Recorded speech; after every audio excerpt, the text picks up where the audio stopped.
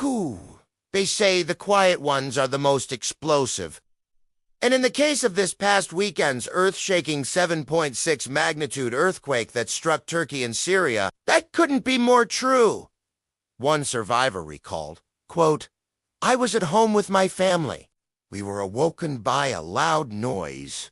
We've got a huge number of patients coming in, mostly with anxiety and panic attacks. Survivors reported a, quote, horrible smell in the air." According to this report from NBC News, a gas leak has been detected in the city of Antakya, near the epicenter of the quake. Gone. The mayor said that 2,000 gas cylinders were, quote, scattered around the city after the earthquake. We'll continue to keep you updated with the latest.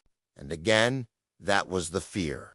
That people could be exposed to the gas and then taken to hospitals where they already do have enough resources to deal with the earthquake victims. There were some traumas, broken bones, head injuries. Gah! And we had to perform a cesarean section on a pregnant woman who came in unconscious. Tens of thousands of people have been left without shelter. Here's an update from the World Health Organization. They say that 23 million people across the country of Turkey will be affected by this earthquake.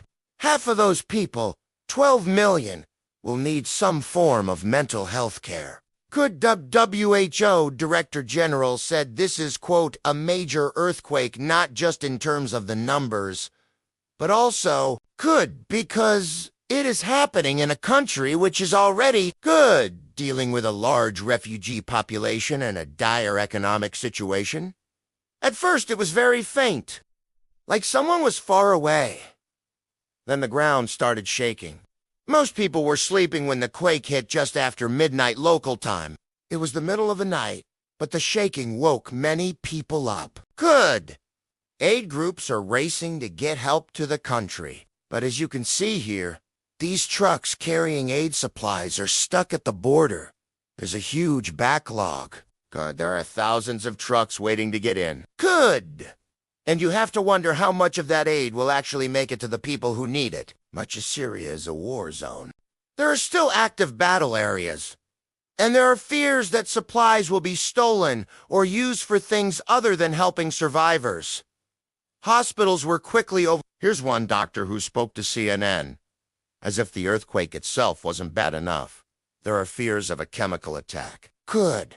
And all of this comes as winter storms barreled towards the region. This aid that's desperately needed in Turkey will likely also be needed in Syria. Good. It's a race against time to get help to those who need it most.